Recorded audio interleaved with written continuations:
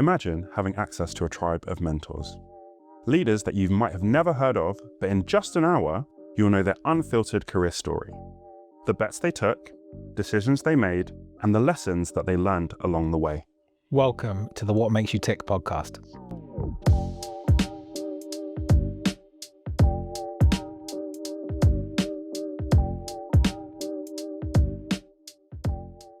Hello and welcome to a special episode of What Makes You Tick. I am Richard Washington. I'm joined by podcast alumni Andrea Bumstead, Neil Gray, and Eric Hackmer. How is everyone feeling today? Doing great, Richard. Great. Thanks for having me. Well, it's just kind of your collective idea, really, to have this amazing debate around growth, which is a topic that everyone talks about, but is quite a complicated thing to achieve in reality.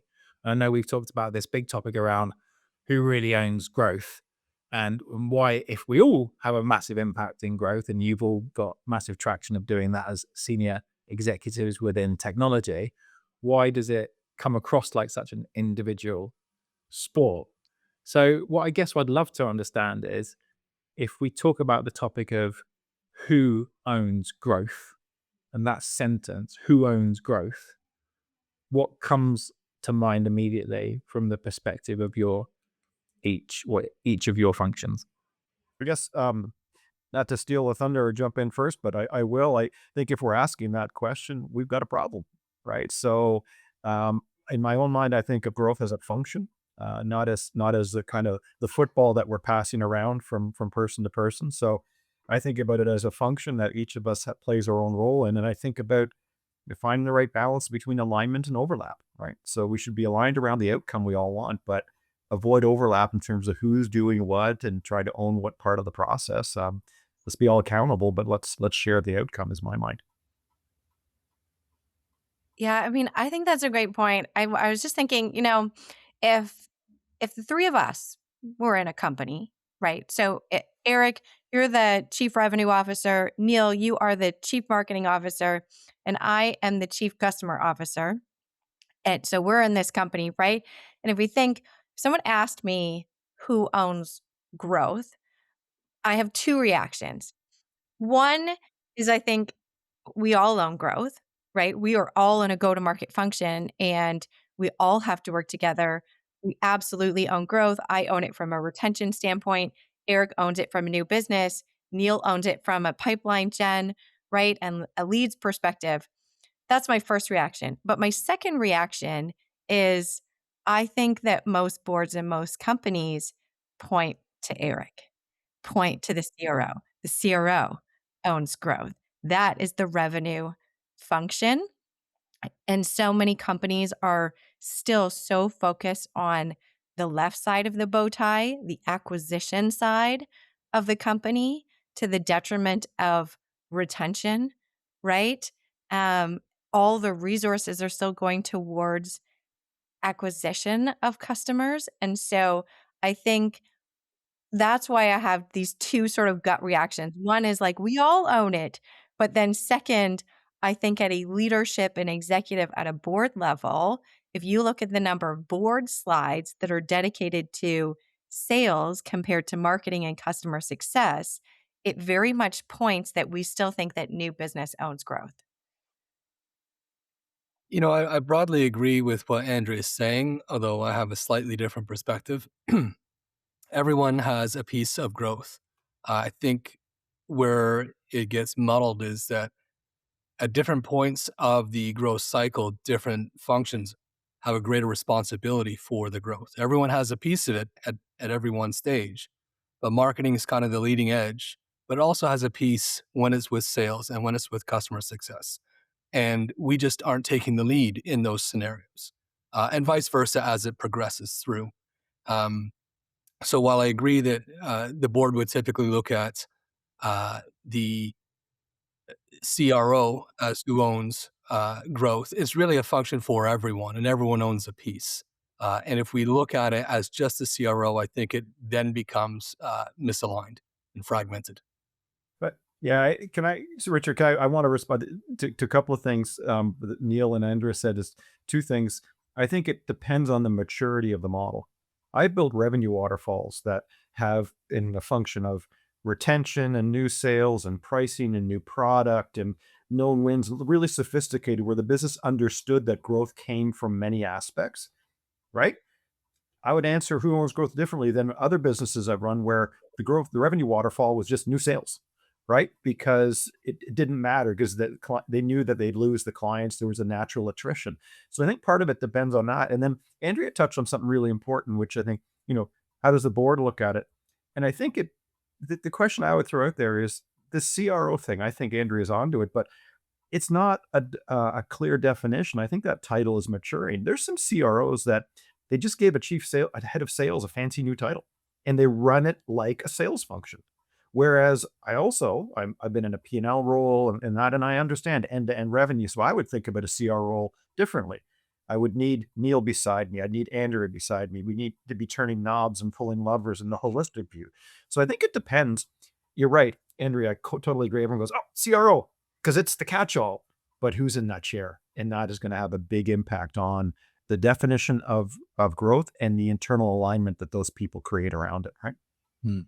Yeah, there's a massive problem around title inflation. So from my hat, which is the talent side and the growth through people, a lot of companies, particularly at earlier stages, will inflate titles to entice people because there's ego attached to it, right? And also it would look very good on an investor deck to have a chief revenue officer on your books, even if really you're, a 3 million ARR business and you are really scaling. So a lot of people who do go into CRO roles or even VP of sales roles have only ever owned sales and they haven't looked at that overall go-to-market strategy, and retention has kind of been an afterthought, often just hiring a more junior version of an account executive, paying them less and then saying, right, you look after our key accounts now because we've been trying to do it and we've made a bit of a hodgepodge.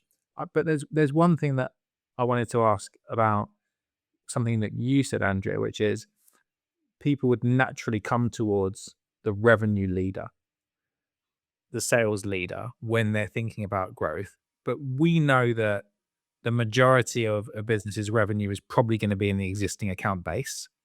And it's Yes. much easier and faster and cheaper to keep and grow existing accounts than it is to acquire new business. So why do we think that even though we know the reality is existing customer revenue is probably more valuable to the business, the acquisition does get often the leading light when the answer to the question comes up around who owns growth?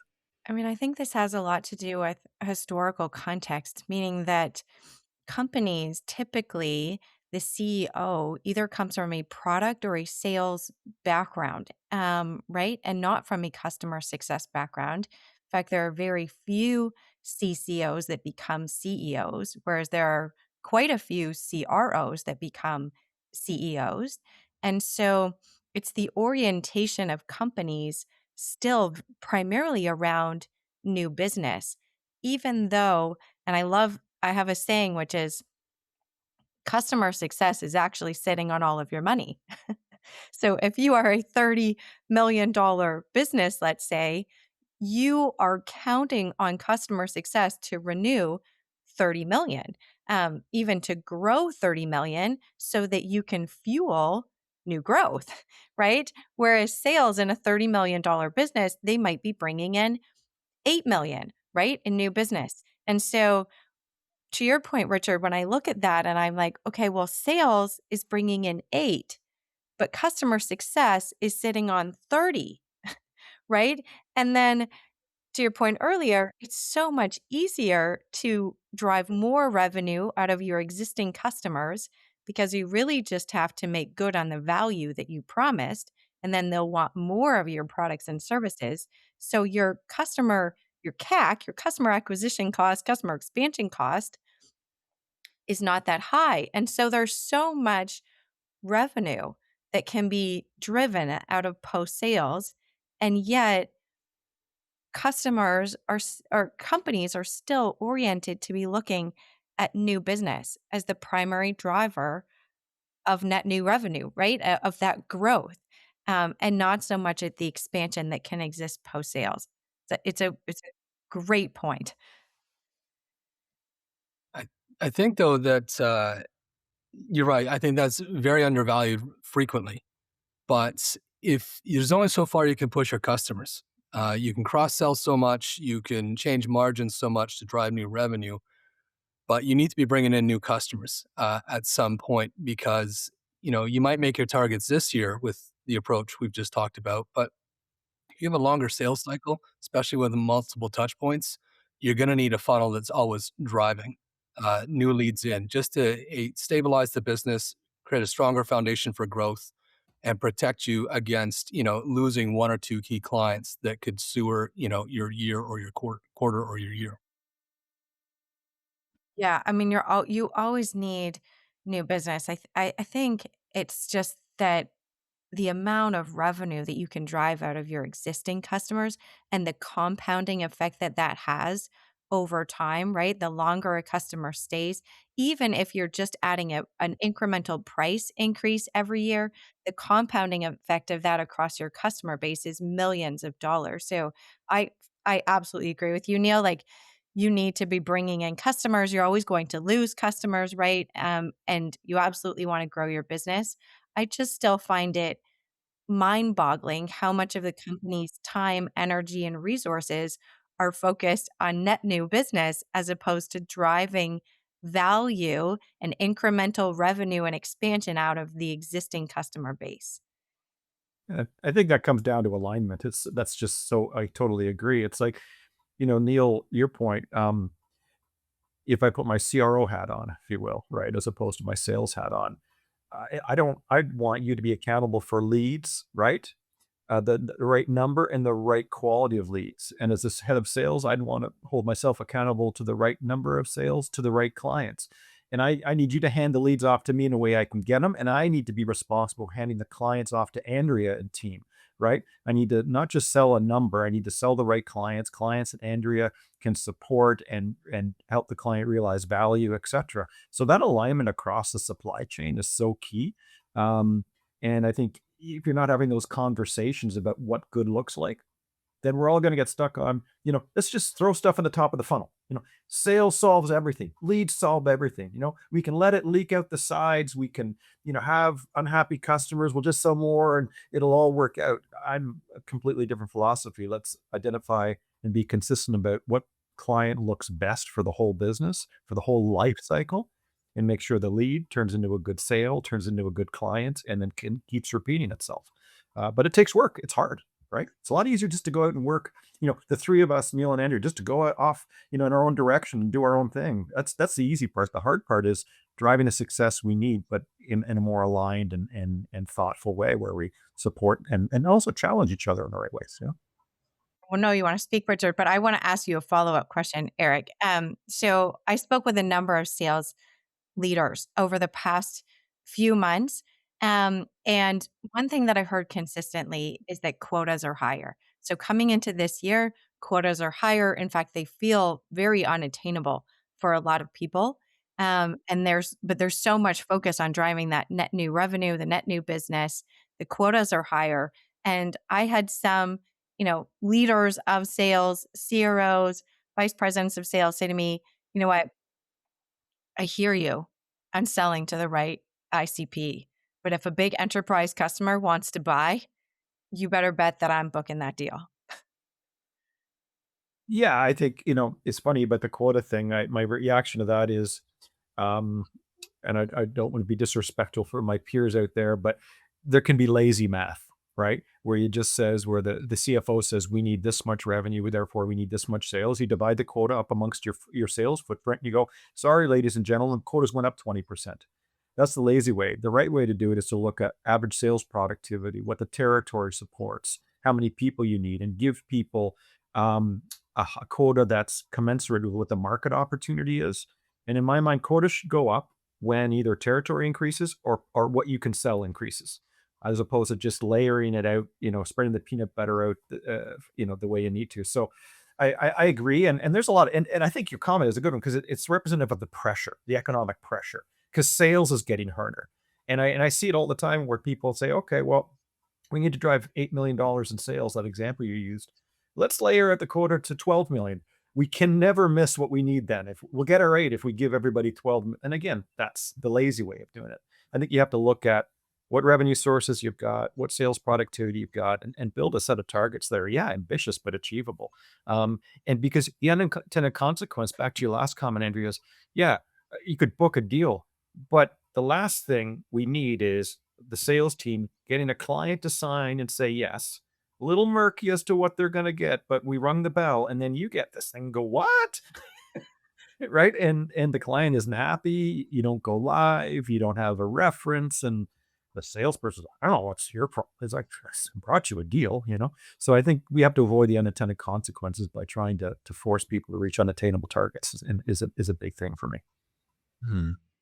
There's that mentality of that losing a client is really bad in a lot of businesses without that question, which is, are we really wise to have lost that client?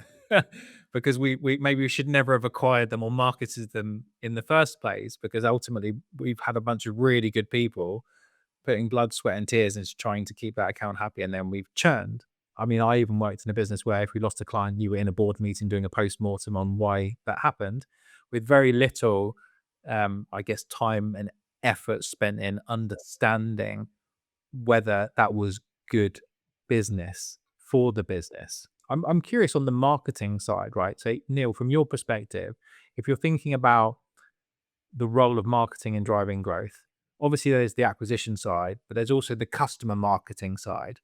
And I know that probably no one in existing customer retention and growth or in acquisition can do their job without a great relationship with marketing, and without marketing doing a lot of that heavy lifting to get people to be ready to be a high qualified lead or interested in having a conversation about doing some expansion. So when you're thinking about the role of marketing within growth, what's your perspective?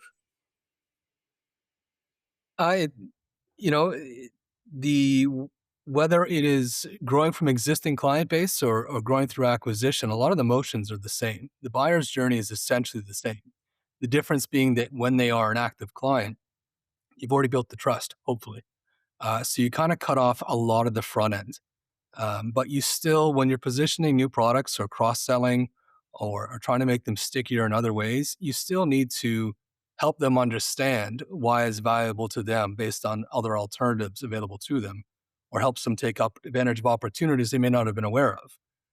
And the skill set and the motion for someone who manages an account or is in customer success may not be positioning and messaging. And that's where marketing would come in and say, here's the tranche of clients that look like this. These are the ones that we think, because we can't, to Eric's point, if we're going to follow a prescribed method to efficiently go after the largest pool of people, so we're not just chasing 1,000 directions, marketing come up with, okay, well, what do these clients look like who are maybe ripe for hearing a positioning on this product? And then what messaging can we use? What tactics can we use to do the outreach?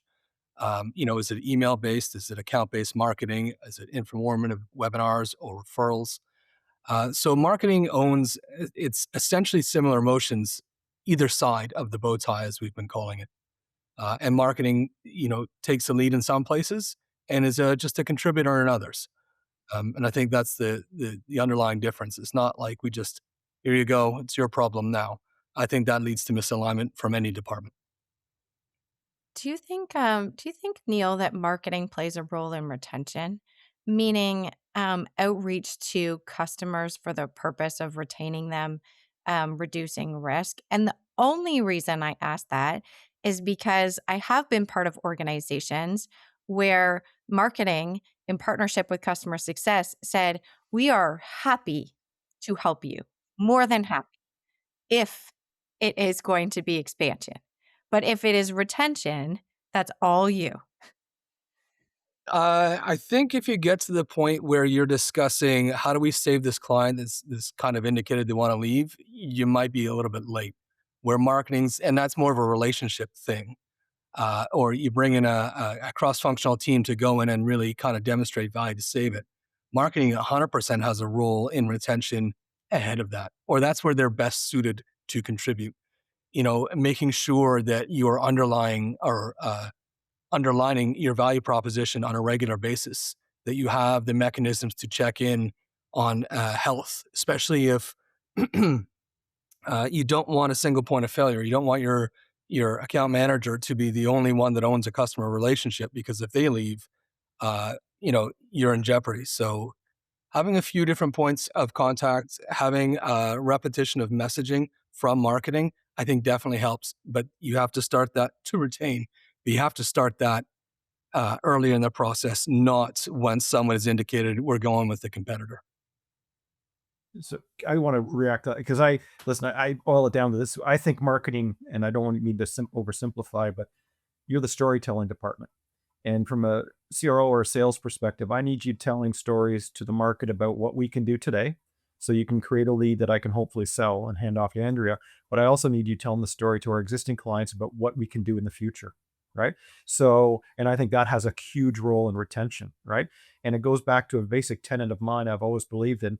You treat your customers as well, or you're as hungry as your competitors are treating your customers. So I think marketing plays a key role in communicating to the customers about what the future looks like for our value and our ability as prospects. And if you're not doing that, I think we're missing a huge thing, because, more and more clients are waiting until the end to talk to salespeople, to educate themselves through peers, through networks, through social media, chat, GPT, what have you, right? And we can't control that.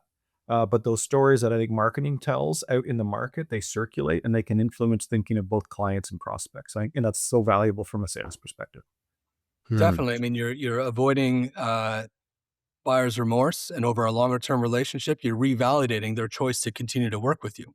And unlike other situations where you're putting people into the funnel, these are active clients or even somewhat dormant clients. They're in a closed ecosystem with you, or at least you have greater contact with them. So if you have that ability to reach out in a meaningful, unobtrusive way, then I would encourage you to do that. A question I would have is, if you think about the cross-functional relationships that exist in this business that we've built for the purpose of this podcast, what behavior, cross-functional behavior, would you like to immediately change that would drive the biggest uptick in growth? I think a big thing for me is shared learning. And, for example, you look at the win-loss review, right? We need to do that holistically, so that, or if a client leaves, because I need Andrea to tell, me and my team in sales if we position something the wrong way, right? I also need feedback from Neil to say, look, I don't know what to say. The buyer sentiment was so strong on these opportunities we created.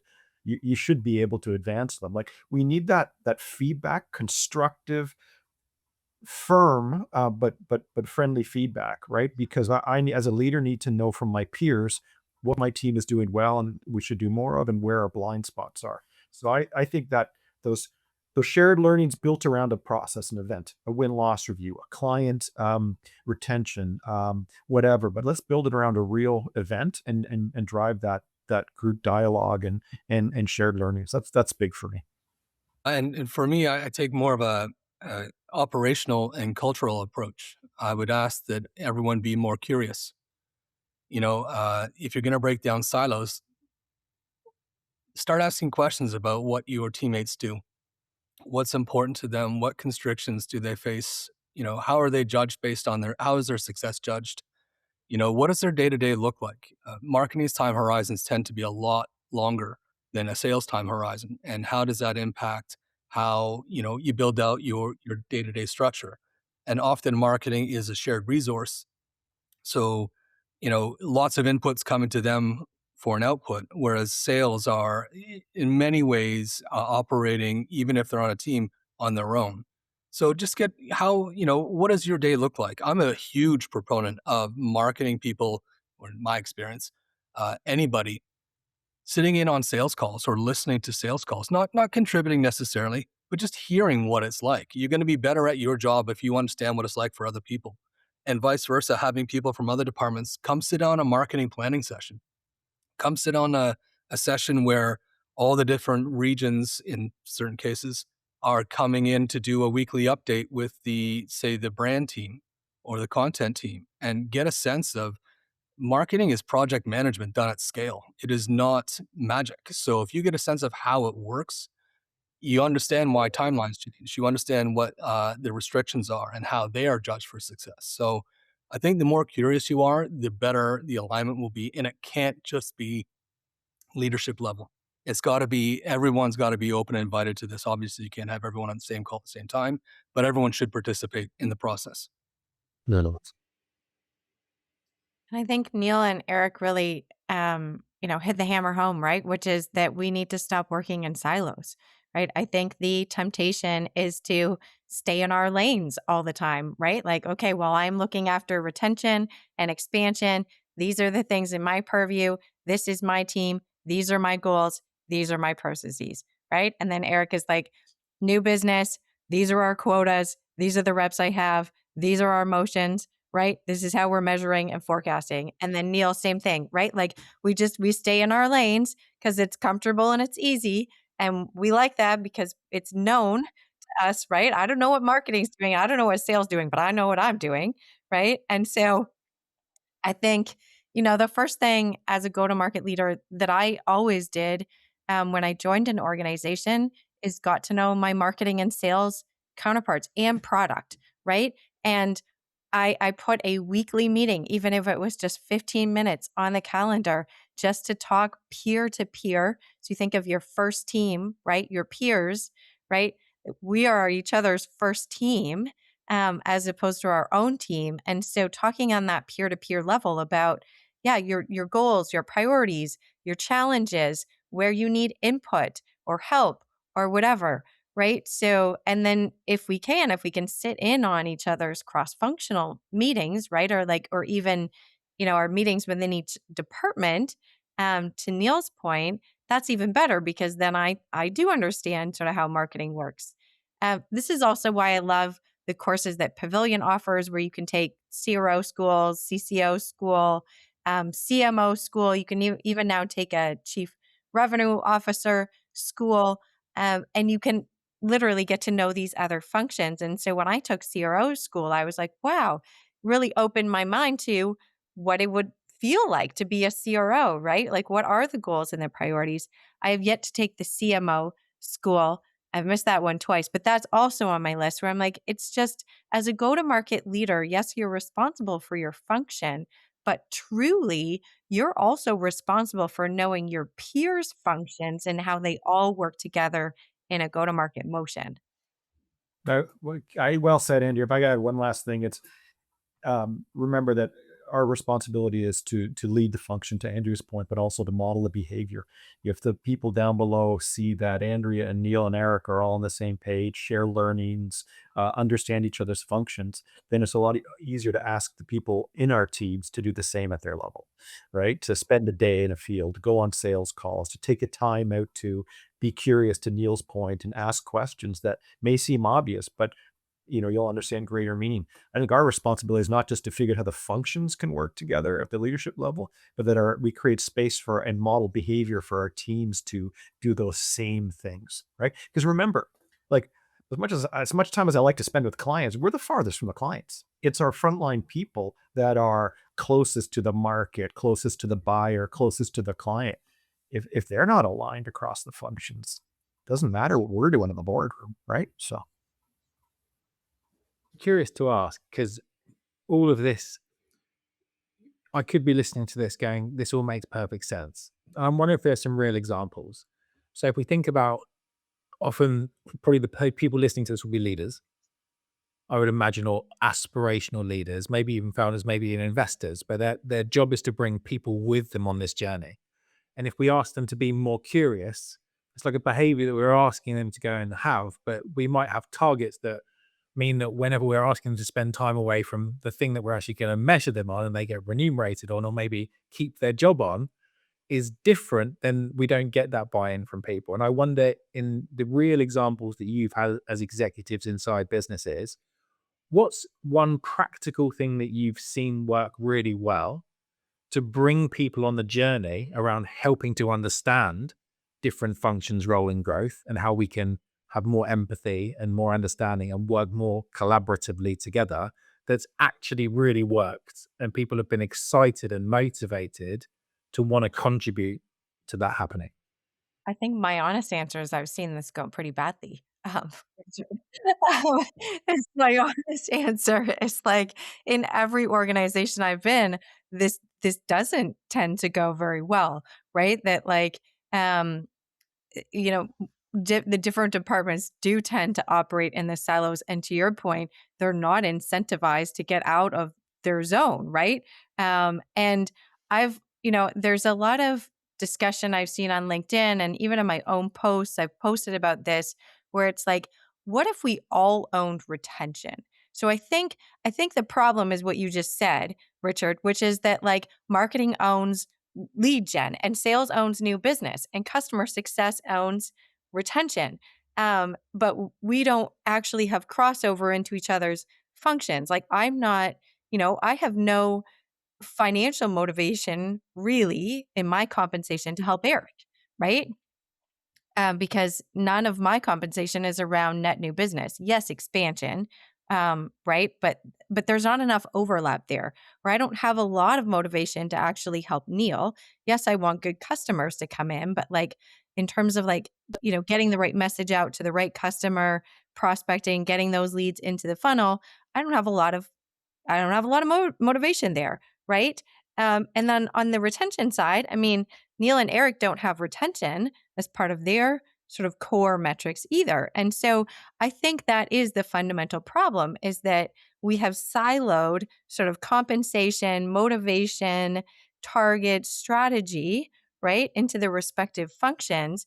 And so it is hard to just get your head up and be curious about other functions, because other than working really well together and for the longevity of the customers and of the business, there's no true motivation for us to work together.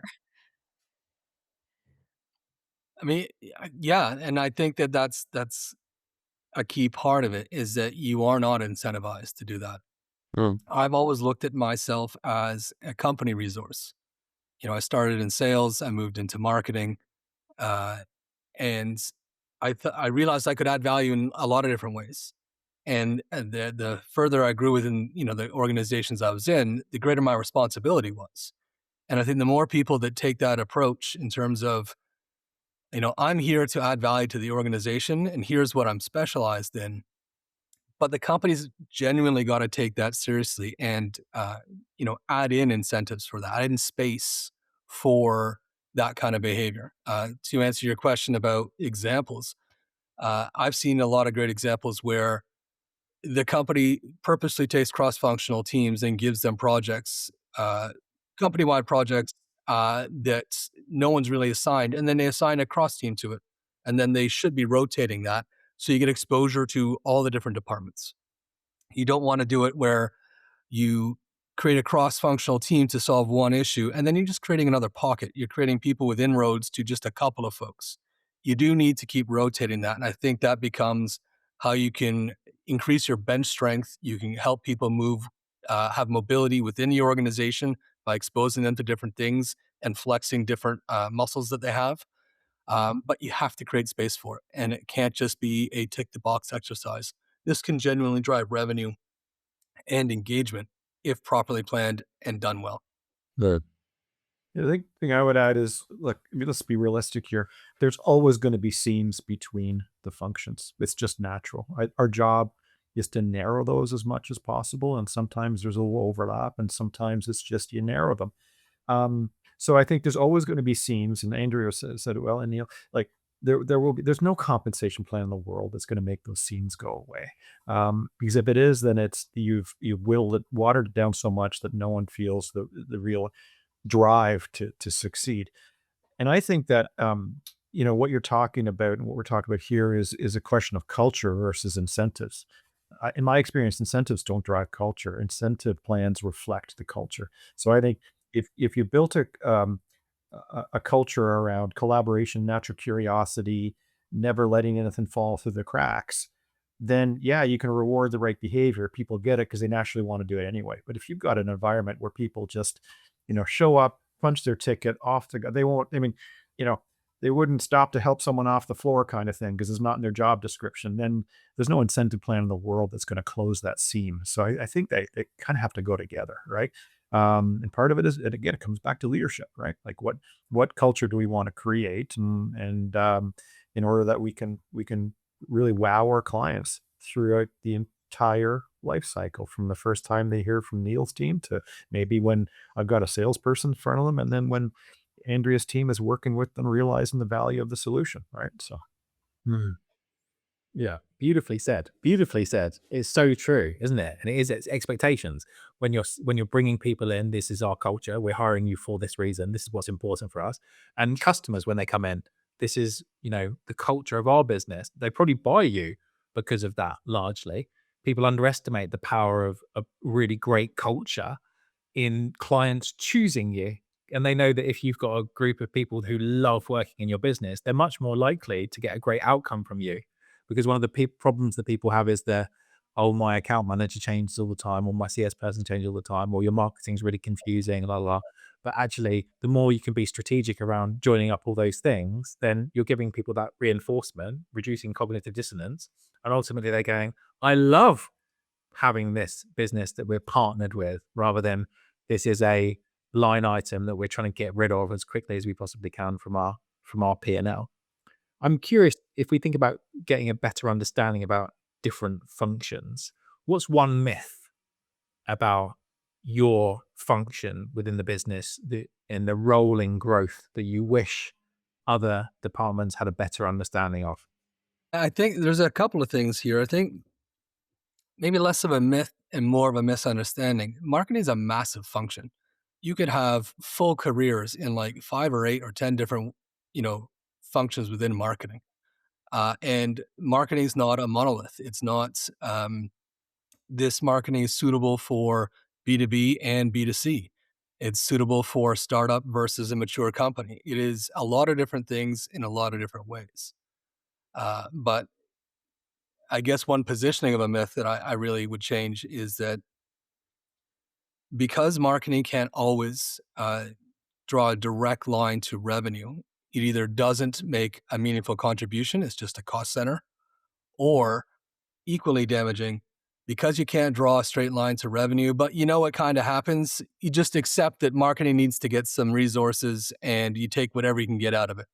I think that is a lazy approach to trying to get real value out of your resources. So those are ones I think you need to fight against from a marketing perspective. I think for me, the biggest myth on the customer success side is that CSMs are just those nice people that delight customers. Right? They're just, they just do all the things. Whatever needs to be done, they just do it. And they make sure that the customer is happy in it and they renew, and it's just kind of automagical. Like it just happens, right? And it doesn't. And it's another reason why customer success teams are very rarely trained, because there's just this idea that, like, well, you can just hire anyone off the street who likes customers, who likes delighting customers, who has a customer mindset, and they will be a great CSM. And then what's happened is then you layer on retention targets and expansion targets, which are essentially sales skills, and you expect these same people to then go and drive revenue. And it doesn't work that way. There's very little training for customer success teams. In fact, there were a couple studies that came out that showed that increasingly customer success is getting aligned to revenue in terms of really, I mean, we always drove retention, but expansion in particular. And so there is that direct line to revenue. And yet the enablement of CS teams is as it was before, if not less. Very few organizations have an enablement function for customer success. Whereas if you contrast that to sales teams, I mean, training is the norm. You think of like Challenger, Spiced, value selling, Medic, MedPick, right? There are whole philosophies around how you drive new business, how you manage pipeline, how you manage prospects, how you engage, relationship building, commercial negotiations. Like that has a whole framework, right? That we train sales on.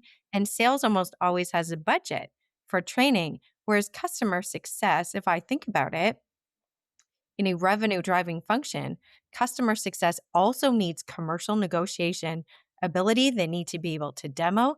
They have to run good discovery. They have to be able to do good outreach and positioning. So, like, I don't see a lot of difference there between sales, right, and the training that they need, and customer success and the training that we need. And yet, there's still this perception that, like, oh no, like, customer success, they delight customers. They just need a customer mindset. You can hire anyone and you don't need to train them.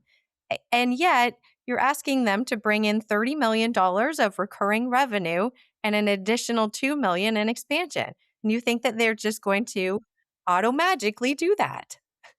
Yeah, I think from the sales perspective, I would say there's lots of myths or whatever, but I'd say, it drives me crazy when people think there's only one kind of salesperson, right?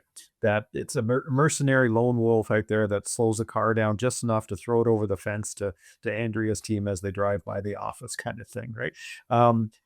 There are for as many types of people, there are the types of sales styles. There's, Andrea mentioned the challenger. There's the relationship builder, the networker, the hard worker. Blah, blah, blah.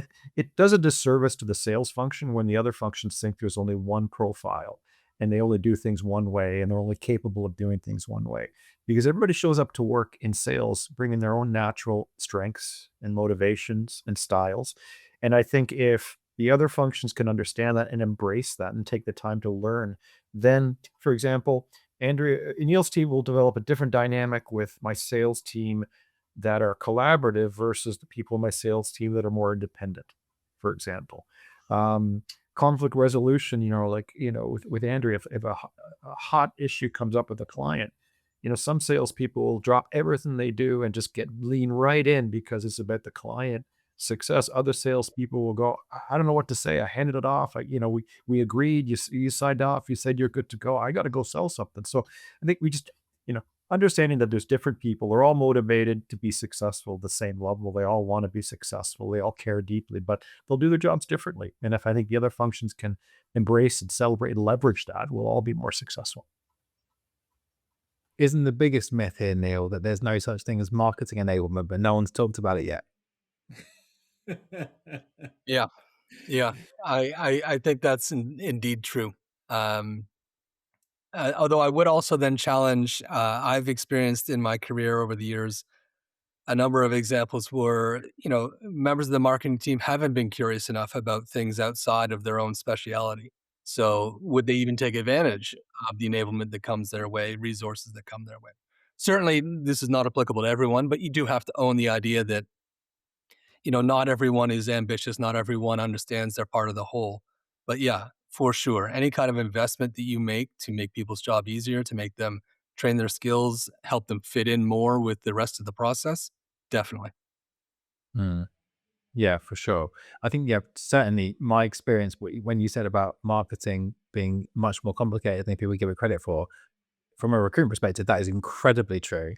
The amount of job descriptions that you would have all seen where they're asking for someone with, everything from copywriting through to video, through to marketing strategy, down to ad copy and optimization, as well as now being a master of AI, is outrageous. And then the salary they put on it is, what basically someone would have been making when they were a couple of years out of college, but you're asking them to own all of marketing. And I do find it fascinating. Sales enablement's a massive topic. And whilst there is a lot of sales training, I think if you speak to most sales reps, they don't get much. They really don't get much. So it exists, but it's not utilized. And I think it's a massive myth. I think that salespeople do get great training, and I think they need a lot of help and understanding cross-functionally how business really works and how they can tap into marketing, how they can work with CS will make them incredibly successful. But I think a lot of people just think the salespeople are, get the best end of the deal. And whilst they get paid very well, in my experience, often they're kind of left alone much more than we think. What do you think, Eric? It's unfortunately it's more true than more often than not, right? We tend to invest in onboarding or sales kickoffs. I mean, sales kickoff is a good example, right? You do that once a year and rah rah and do some training, and you get Neil up in front talking about what's coming and the messages and the campaigns, and Andrea talks about client success, and then it's like you just off you go sell some stuff, right? Um, and what's frightening to me as a CRO, a sales leader, is that 70% of a person's sales time is not spent selling, right? So my question is, what the hell are they doing? And I know the answer, and it frightens me. It's updating salesforce.com or this or that or whatever else. Like, I don't know how to I'd like to get the 70 down to 50 at least and have spend 50% on selling. But if not, if I can't move that needle, I want that 70% time to be much more aligned with interacting with Neil's team and Andrea's team. So at least their internal time is value add around advancing the revenue agenda, right? And maybe a little more training and fewer reports and fewer of these and fewer of that. And it's just more about clients and actual revenue. I think we could do more to enable our people to sell more and to be more well equipped as well. So the training thing is an issue for sure. I think that's so interesting because while I don't have a statistic at like the tip of my tongue, I'd say that only about 50%, maybe even less of a customer success manager's time is spent with customers. It's the same, right? And again, it all goes into admin and updating this and looking this up and coordinating this and internal meetings and the like, right? That and so one of the biggest things that organizations can do is actually get customer success managers talking to more customers. It sounds silly when we say it out loud, right? That like of course salespeople are selling and of course customer success managers are talking to customers, but they're not. Like there's so many other things to do, and I think that's where sometimes, all these tools, processes, they're great, but they require bandwidth, right? Like it's just there's one more place to go look something up. There's one more place to update something. There's just one more thing to have open on your computer and switch between tabs. And there's one more thing that leadership is looking at. And there's, 10 different dashboards. And, I could go on, but there's just, there's so much that's designed to help us do our jobs. And yet, is it helping or is it hindering? Like, I don't know. The sales side is hindering, right? I mean, the stats say that like 60% of salespeople are overwhelmed by the amount of technology and tools they need to use. And by the way, they don't get enough training, right? And I think you got me excited there, Andrew, because when you said, yeah, one more thing, it drives me crazy because never do we hear people say, and one less. Like it's never a swap. I think as leaders, we have to start swapping things out. We have to say, it's really important. Like we're not getting enough feedback loop on the leads from Neil, or we're not understanding why the ROI isn't there. Okay. So you want me to spend my time in CRM and give Neil's team better feedback? Fine, but what am I going to not have to do this month? Because otherwise that 70% of non-selling time gets to 71 to 72 and we don't see it. But eventually it gets to 80 and it's like, well, I have to hire more quota carriers. No. You just need to let people go out and sell, right? And so I think we have to do it's one more and one less. We have to at least do a swap if we can't remove things from people's plates, right? But that's I don't know if anybody's figured that out, but that's a big challenge. It's a massive issue in marketing as well. To everyone's point earlier, a job description in marketing is everything. Do everything, which is just not possible. And then invariably something comes up that is, this is important for a client. This is key. And then you drop everything. And I know it's the same in every other function, but in marketing, you really have to be put in a position to say no to a lot of things. Like, no, we don't have bandwidth to do that. No, that is not the agreed upon strategy that I'm going to be held accountable for. Often marketing is not in a position to say no, and it should be, because otherwise what happens is it just becomes a collect all for any project that comes up, and then nothing gets done particularly well. Nothing gets done at scale. Nothing gets done efficiently. So, that's definitely a problem marketing has to deal with on the regular. I think that's really a problem in general for SaaS companies, right? Where it's just, there's always too many priorities. I know one of the companies I'm currently working with, they decided they wanted to create OKRs. They created 72. Like, it was just we were never gonna do 72. So then they got that whittled down, right? But even, in customer success, right now they have 5, and within those 5 OKRs are a lot of things. Um, and all of them feel high priority. And so at least what I've seen working with different companies and in different organizations is like focus is really, really challenging. There's just everything seems like a priority. There's so much to do. It takes real discipline in a company, particularly at the executive level, to say, like, no, these are the core things that we are focused on for these reasons.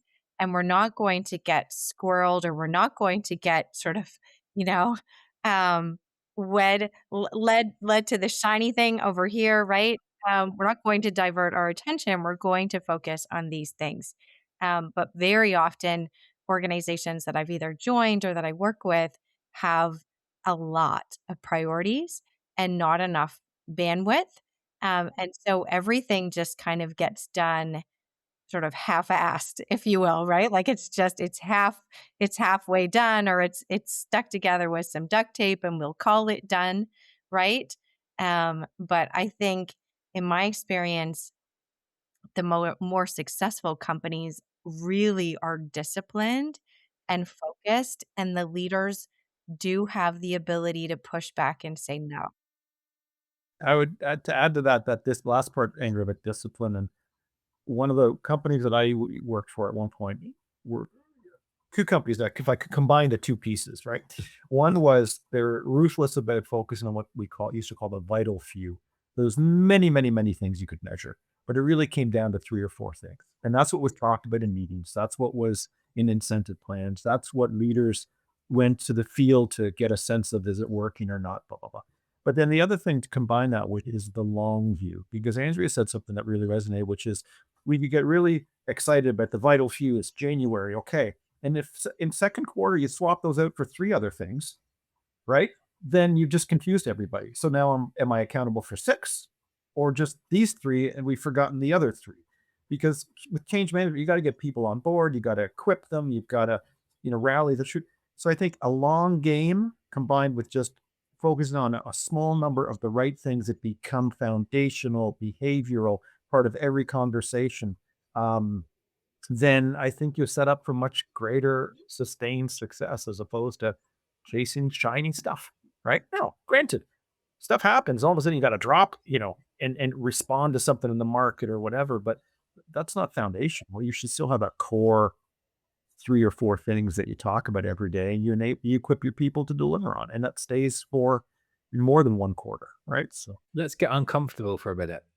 So I'm curious to ask is what would be an uncomfortable truth from your perspective with your function, an uncomfortable truth that businesses need to accept about the reality of driving growth day to day in your department? Sometimes marketing just can't make that connection between efforts and revenue, and you really degrade your own credibility. I've seen this happen a lot, where you present numbers that aren't based in reality, or they clearly they look impressive, but they don't really have anything to do with the bottom line. And when you're presenting numbers like that in a cross-functional room and there's silence, that's probably the sound of your credibility going out the window, or people just disengaging with you. I understand the urge to, hey, I want to show what I could do and how I've added value, but it has to be related. The ugly truth is that it has to be related to something that is meaningfully driving something forward. And if it's not, then you probably shouldn't be presenting that information as your own. I would say from my perspective, it's the difference between bold talk and bold moves, right? I'll give you an example on the sales side. It's not uncommon. You're talking to the sales leadership and HR is in the room and the CEO in the room. They're saying, we have to have the best team possible. We have to have a strong talent agenda. We want the best performers. And if you can't, then we need to make changes, right? We need to people to understand what will enable their success, but we need, and you, okay, I want to get rid of this person. Well, how much is it going to cost? Can you give them another quarter? Is there somewhere else we can put them? Are they on a performance plan? Do you mind spending all of your leadership time for the next 90 days trying to save this person as opposed to give them a check now for $5,000 to go away, whatever? So it isn't always the right balance. And I'm not saying one, but if you're going to be bold in your expectations and the willingness to make tough decisions and be, take risks, then you have to give, the leadership, the team, the people the ability to do that. I don't think we always do, right? Because it looks great on a PowerPoint, right? And then once you get into real life through the year, it's like, well, that's hard. I don't want to do that. And I don't want to have a reputation of being a hard employer and blah, blah, blah, blah, blah. So that to me is the gap between bold talk and bold action isn't always is a bit too big sometimes. That's a great point. The one that comes to my mind is I honestly think that very few leaders, and I will include myself in this, truly understand how a SaaS company works and the levers to pull, and the foundations of how SaaS companies progress through their journeys and what's required. And I'll give maybe a couple of examples, but very few leaders can really go through a P&L and understand a P&L. And I'll put myself in this bucket, right? Where like one of the core things that I realized as a leader of customer success was that I was missing some of that fundamental business acumen about how the company actually worked. Um, and so I started taking courses like through Winning by Design, right? I took the revenue architecture course to understand sort of the core tenets of how SaaS businesses run and operate, what works and what doesn't work. I'm also taking a course through Pavilion on just fluency in P&L and L and unit economics and just, but there are, 250 people in that course and we're all leaders. And so what it shows to me is like there's very few people that fundamentally understand sort of the economics, the methodology, the foundations of like what makes a really great SaaS company. So I think there's like a fundamental gap there. And I think that gap can be even with CFOs and CEOs, right? Like there is just sort of this gap of like, how do you build a really great SaaS company? I'll tell you something that was eye-opening for me. I was in Winning by Design course and we were talking about, resources that company have versus what they're actually able to sustain and their go-to-market functions. And so, for instance, if you're a sub $10 million company, you shouldn't have more than two products. Or if you are, a $30 million company, you shouldn't be running three different motions, SMB, mid-market, and enterprise. There just aren't enough resources. And so I had this big aha moment of like, wow, that explains a lot, right? Where like we had 28 OKRs and like we were trying to do all the things and we had SMB and we had mid-market and we were enterprise. We had three products and we were like a $20 million company. Like there wasn't enough resources to make that work, right? And then we were doing sort of everything half-assed and nothing really well. And so I think there's not enough understanding around that, around just like what really makes a great SaaS company. How much money do you actually need? What fuels growth? How do you get compounding revenue? What are the unit economics? How do you make decisions? Right? Like, and there's a lot of math in there, right? Which makes people uncomfortable. But I do think that there is this very fundamental gap, myself included, where I'm constantly trying to fill this gap because once you understand what levers you can pull and how these companies actually work and how you actually make money and what translates into growth, you can make very wise business decisions. But without that fundamental knowledge, we all continue just to operate in our own silos, right? Being experts in our own areas without fundamentally realizing that, like, retention, if we don't have retention, Eric doesn't get any money to go fuel growth. Like, Neil doesn't get marketing budget, right? Like, so I think it's like really fundamentally understanding the overall economics of how these companies work, that like we fundamentally cannot be successful on our own. We are either all, sink or swim together. Absolutely.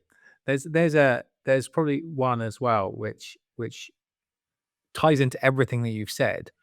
And we actually did a podcast about exactly this topic, which is the growth gap that happens once you become a VP, which is you don't really get any more enablement. And it's expected that you know.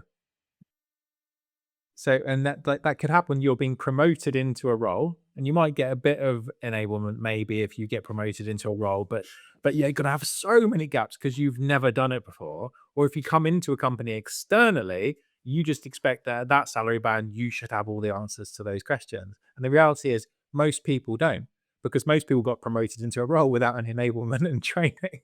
So we've all got massive gaps in our understanding about how the business works, and how we can work together across different departments, that I think people would be very wise to acknowledge and feel safe showing that vulnerability to say, I don't know, or I've only had this bit of experience around it. What can we learn from each other? And I think the more we have that type of mentality, that we're just humans trying to figure it all out, and we need some support and we need some coaching and we need some guidance, but ultimately we need to be in a group of peers feeling safe about the gaps that we've got, because if we do all come together across a collective experience, none of us is smarter than all of us. There's no gap that we can't fill. I think that's so true. It reminds me of my very first board meeting where I was like, I don't know I don't know what's happening. I don't know how to prepare. I don't know what all these numbers mean. I don't know what I'm going to get asked. Right? It was a very painful experience for me. My very first board meeting. But you're right. We assume a level of knowledge, and yet that ownership for enablement is on the leader. And the leader often doesn't either have the time or the resources to be enabled in that way. And we sure as hell don't put our hand up and say, I don't actually understand, especially not in the board meeting. Right. And so, I think my first board meeting, it would have been really helpful if the CEO actually walked me through that process and like what to expect and what numbers to present and what questions I was going to get asked and why I was going to be asked those questions. Um, but that doesn't happen, to your point. And so I do think that's why, of course, like Pavilions on like P&L and unit economics has 250 people in it, because everyone's like, this is a fundamental gap that I don't want to admit in front of my leadership team that I need to fill.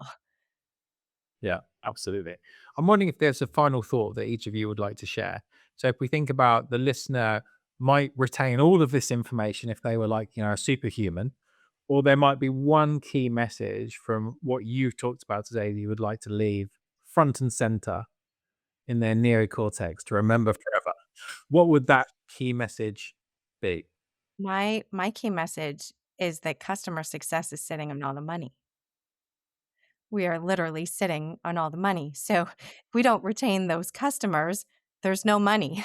And so fundamentally, customer success is tied to revenue, both in the form of retention and growth. And so, if you are a $30 million business, remember that that team is responsible for renewing 30 million.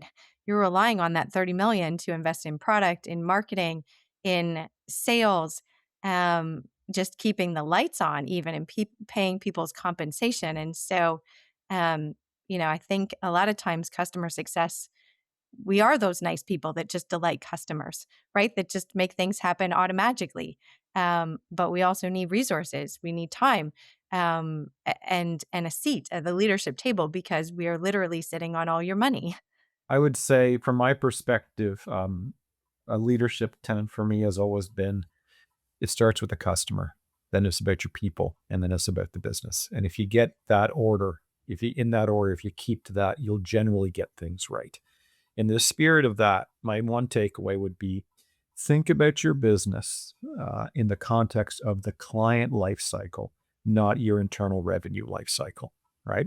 You think marketing and sales and client success, it should always be about how the client moves through that natural cycle, and you repeat that, and you delight them, and you support them, and you provide value to them.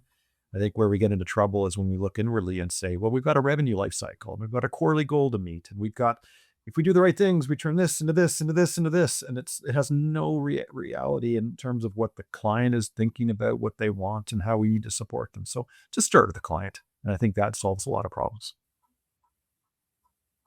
And for me, I would say that everyone has to look at themselves as someone who is a resource for the organization. You might have a role, you might have a special expertise, but that is just how you apply your day-to-day. You're there for the betterment of the organization, which usually means the betterment of the client.